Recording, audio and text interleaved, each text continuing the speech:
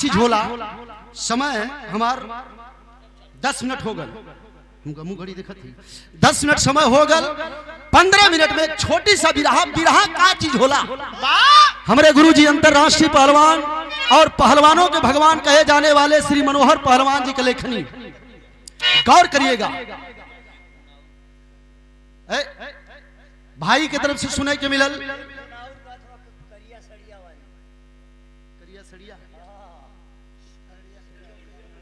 ठीक बजा दा।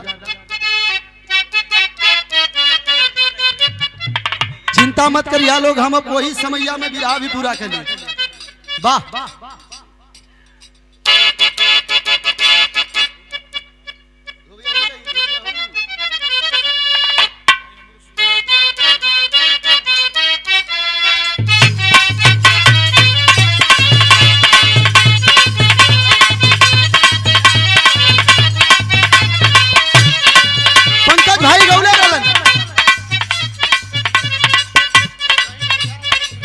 लइका कहले बा कौनो लड़की को बखान कैले रहे दुल्हा, तो दुल्हिया कहतिया तू बखान मत करा। का कहतिया? रही नहीं हर में लइकन के पहिला पसंद,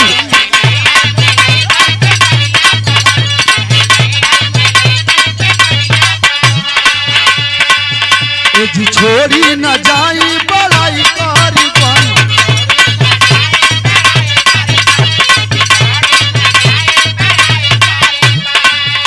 न होला कंट्रोल ईमान जाला डोल,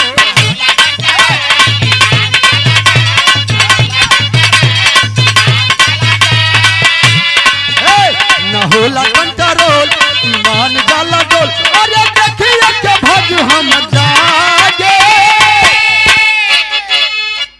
सड़िया, अरे सड़िया तरिया ले हले लइहा बलमुआ, सड़िया तरिया ले हले लइहा बलमुआ नजरिया।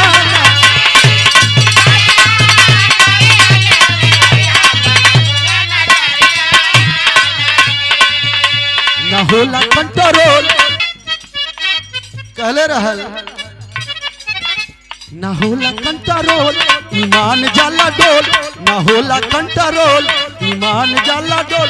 अरे देखिए के भाग हम जागे सड़िया, अरे सड़िया तरिया ले हले लइहा बलमुआ नजरिया।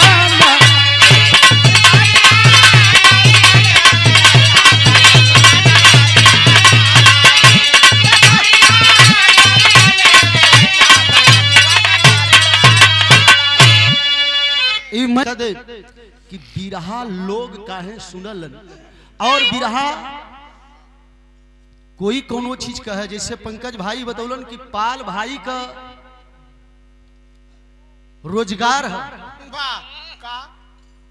भेड़ चरण कहाँ गईला तोहार भेड़वा कहाँ? हाँ एक भेड़ा बहुत भयंकर जियोले रहलन, ओके लड़ाईबो करतलन। ये भाषा प्रमुख जी वाला है, ओके लड़ाईबो कर। वही तरह बिरहा, बुरा मत मानिएगा आप लोग, क्षमा करिएगा, बिरहा यादों की विरासत है। आनंद कंद सच्चिदानंद भगवान श्री कृष्ण जी के बांसुरी से निकली वह राग, बिरह की राग। आनंद कंद सच्चिदानंद भगवान श्री कृष्ण जी के बांसुरी से निकला हुआ यह बिरह बिरहा बिहारी गुरु सवार करके इसे लोगों के बीच में रखे, बिना साज का, बिना बाज का, बिना ढोलक हारमोनिया का, बिना माइक का। बिहारी गुरु से जैसे जैसे जमाना परिवर्तन भयल वैसे वैसे में टिपिकल चीज आवा लगल, बढ़िया चीज आवा लगल, इलेक्ट्रिक चीज आवा लगल। लेकिन आजकल कुछ गवैया ऐसा हुवन, कुछ गवैया ऐसा हुवन, अब हम का बताई, हमारे यही बात पर चर्चा भइल रहल। बिरहा सम्राट विजयलाल यादव गुरुजी से हम यही बात पर फोन करके कहली कि गुरुजी सब सही है, बिरहा में सब लोग गावत हुआ, अपने समय में हम बिरहा खत्म कर दे। बिरहा सब लोग गावत हुआ, सारे कलाकार गावत हुआ, लेकिन एक ऐसा कलाकार बिरहा जगत में नालायक पैदा हो गया।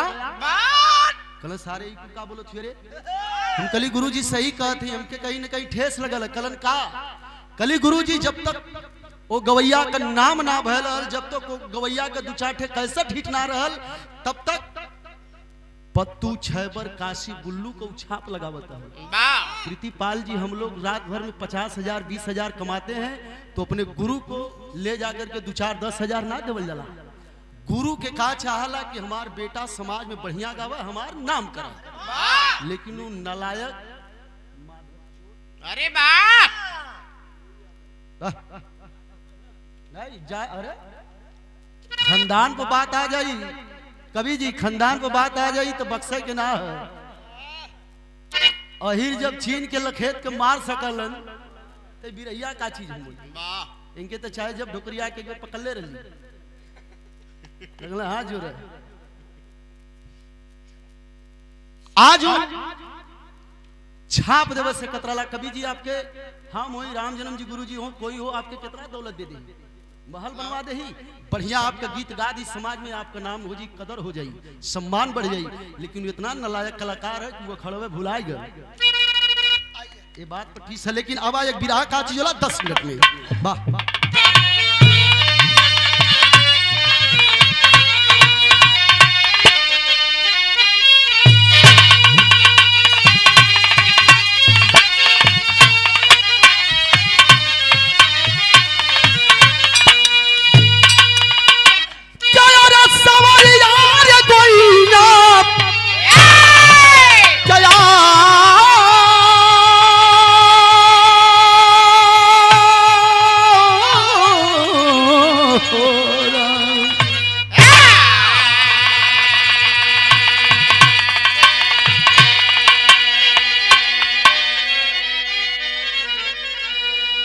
कवि जी भाव लिखत हुआ यहाँ केहू ऐसा ना बैठल है जो माई के गर्भ से पैदा ना है।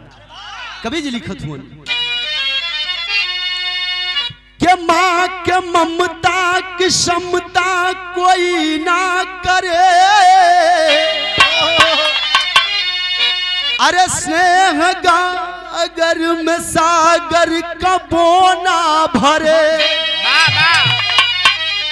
दुख दारुण सहे पुत्र के शोक में, व्याध बन के जिगर हर घड़ी,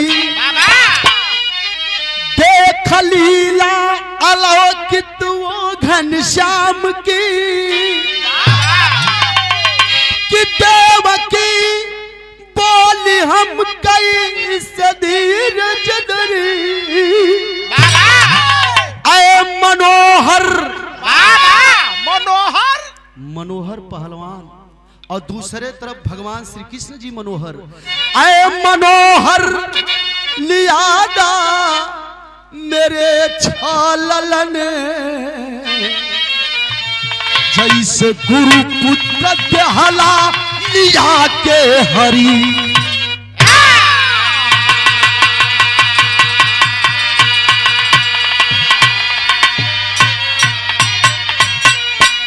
भाव आप लोग समझ लियन। भगवान श्री कृष्ण जी अपने गुरु के दरबार में, संदीपनी मुनि गुरु के दरबार में रह के शिक्षा दीक्षा लेहलन। अपने जब घरे जाए लगलन तो अपने गुरु जी के पास जाके कहलन कि गुरु जी अब तो हमारी शिक्षा पूरा भई, हम जाते ही गुरु दक्षिणा में कुछ हमसे मांगे कि हो तो मांग ला। बहुत बिरहा सुने हुआ पंचो, कुछ बिरहा में हम सवाल छोड़ब, आप लोग जज हुआ, आप लोग बिरहा का फैसला कर दिया। भगवान श्री कृष्ण जी कहलन कि गुरु जी हमसे गुरु दक्षिणा में कुछ मांग ला।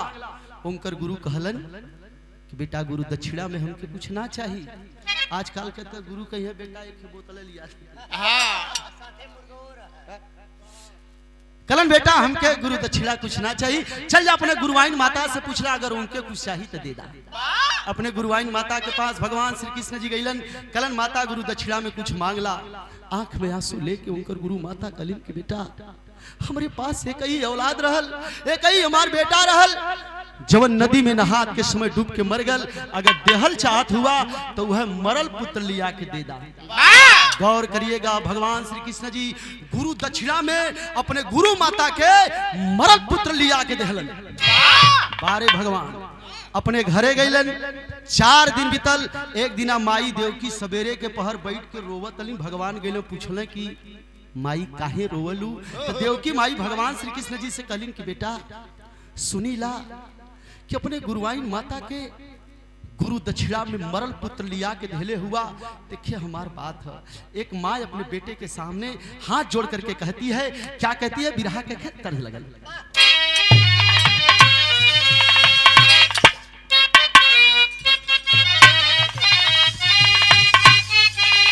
तर्ज है कजरवा टिकुलिया रात भर चली, लेकिन ये तर्ज का कोनो जोड़ा ना है। तर्ज है कि प्रभु आप बसे, अरे प्रभु आप बसे कर वृंदावन में, अरे प्रभु आप बसे अरे वृंदावन में, मेरी उम्र गुजर गई गोकुल में।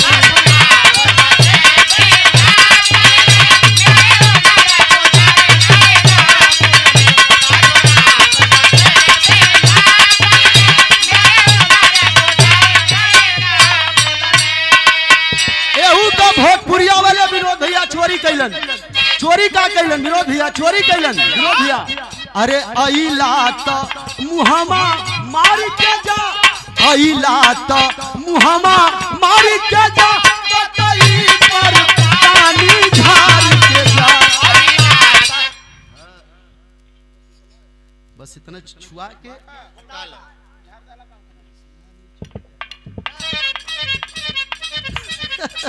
और 500 रुपए का पुरस्कार हमारे बड़े भैया भट्टी के धरती से श्री पप्पू यादव जी की तरफ से चरणों में प्रणाम। 3-4-5 मिनट कभी रहा, लेकिन मजा दे दही। माई देव की भगवान से कहलिन का? कहलिन की हे नाथ मेरी अर्जी तुमसे, अरे हे नाथ मेरी अर्जी तुमसे, मेरे छाव पुत्र को ला दीजिए।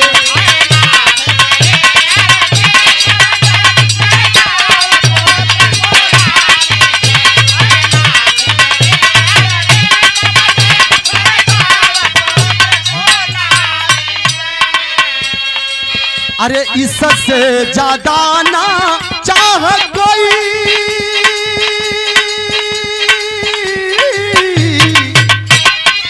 अरे इससे ज्यादा ना चाह कोई, नजरों से उन्हें दिखला दीजिए।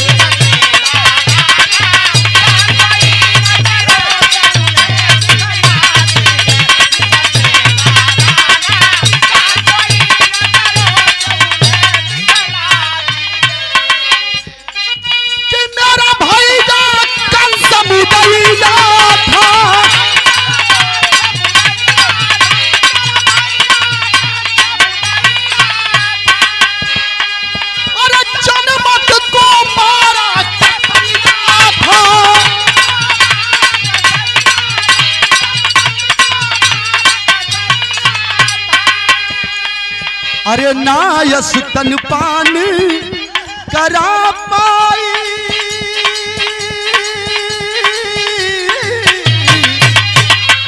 अरे नायस तनपान करा पाई, भाई के दूध पिला दीजिए। 101 रुपये का पुरस्कार भगेलू चच्चा बोरिंग वाले। अच्छा बोरिंग करला कि सफाइयो? दिखा अगर इनसे बोरिंग करवावे तो ही बोरिंग तो इनसे जरूर हो जाई, लेकिन सफैया जनकार आदमी से कराया नहीं तो बालू में उठाई। प्रमुख जी कोई ठेकेदार हुई तो बता दिया। भैया के प्रणाम।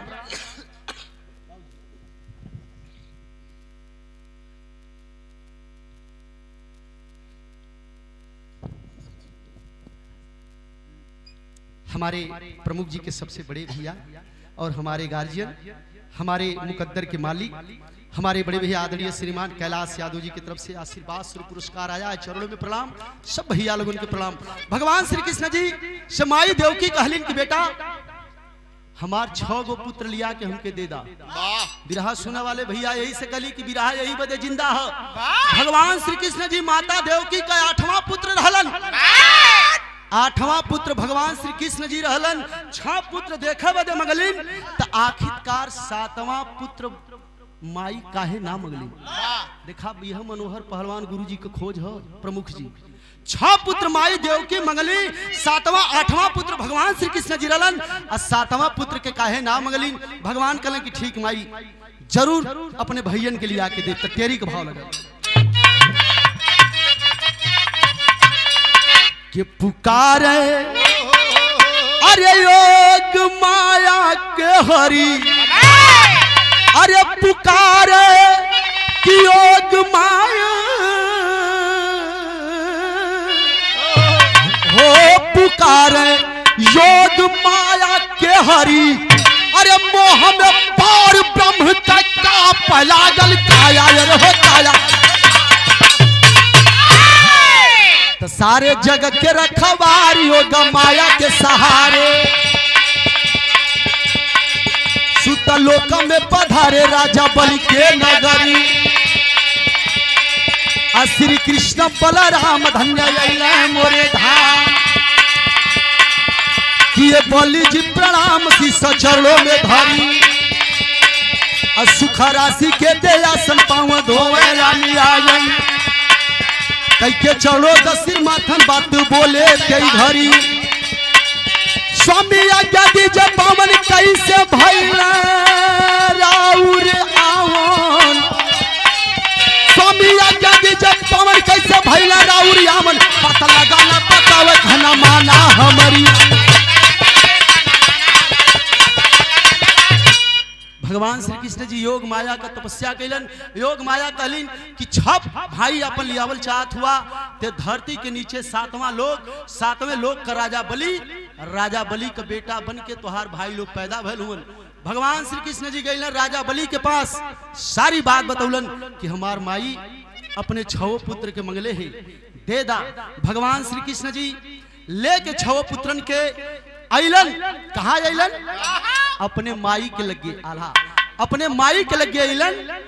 जब माई देव की 6 लइकन के देखली तो ये पंचो लगाए के छाती से रोवे लगलिन, और रो के भगवान श्री कृष्ण जी से बात कहलिन, आल्हा का भाव लगा।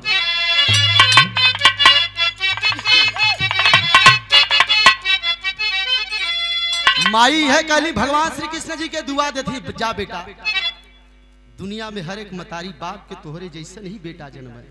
क्या कहली? कहलिन कि हाय हाय हाय, अरे दुनिया में सच्चाऊ है कि माई का सपूत बबू, दिलवा का लालसा चमन दलन हो पूरा।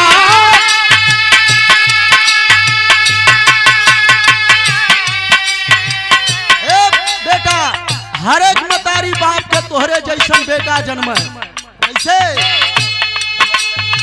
अरे वैसे सपूत भैया, अरे वैसे सपूत भैया, अरे कुंवारा कन्हैया भैया,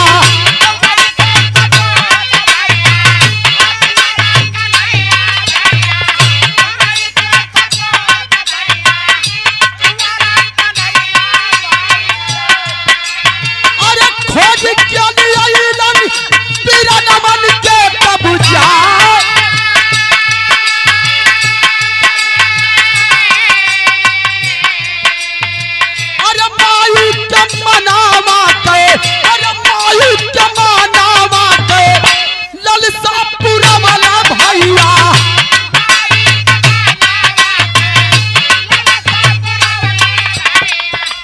भगवान श्री कृष्ण जी कलन की माई में हमार कोनो योगदान ना है, सब आपके कर्म का फल है।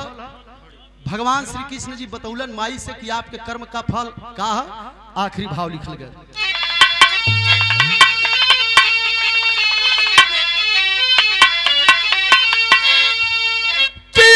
जब जब चालू कि तब तब आके दर्शन दे हली, कि तोरे गोद में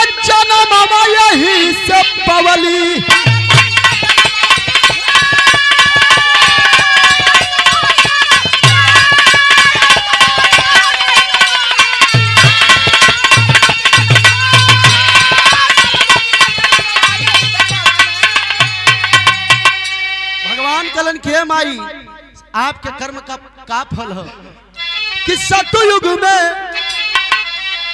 सतयुग में मनु शतरूपा बन करके दुखिया कई के तपस्या पुत्र का मंगलू हमसे भिखिया 3 बेर आई हम तोहसे कहली ए माई सतयुग में तोहार नाम शतरूपा रहल आपके पति का नाम मनु रहल एक को गोद में बेटी बेटा ना रहलन हमार तपस्या कैलू यानी विष्णु का तपस्या कैलू प्रगट भैली हैया अचरा फैला के कहलू कि गोद में एको फूल ना है हम विष्णु रूपी है कह दली कि जा माई बेटा बन के आई एक बार ना निकल 3 बार निकल गल आई तो 3 बार हम कब अली कि हम ही रहली माई परशुराम बलदैया राम रूपवा में अली त्रेता के समैया ई 2 जन्म रहल आ तीसरा जन्म कौन रहल कि द्वापर में बन के तोहरे गोद का ललनवा अछतिया विमल भैली पूजला रमनवा भैयन के खोजे मैं दुखवा दारुण सहली ए माई भैयन के खोजे में बड़ा तकलीफ है लेकिन बिरहा हमार फसल हो यही से बतौले रही कि आप लोग भगवान हुआ बता दिया आखिरकार माई देवकी 6 पुत्र मंगली 7वां पुत्र काहे ना मंगली कि हम बताई ना आप लोग मंथन करिया सोचिया कि आखिरकार काहे ना मंगली ये विषय है मंथन कैले का आखिरी भाव लगल के गुरु बिहारी गुरुपतु बिरहा में परम पुनीता काशी बुल्लू राम किरित की शिष्या बनी अनीता अरे पुकार योग माया के हरि तब मनोहर पहलवान मनमोहन का छाया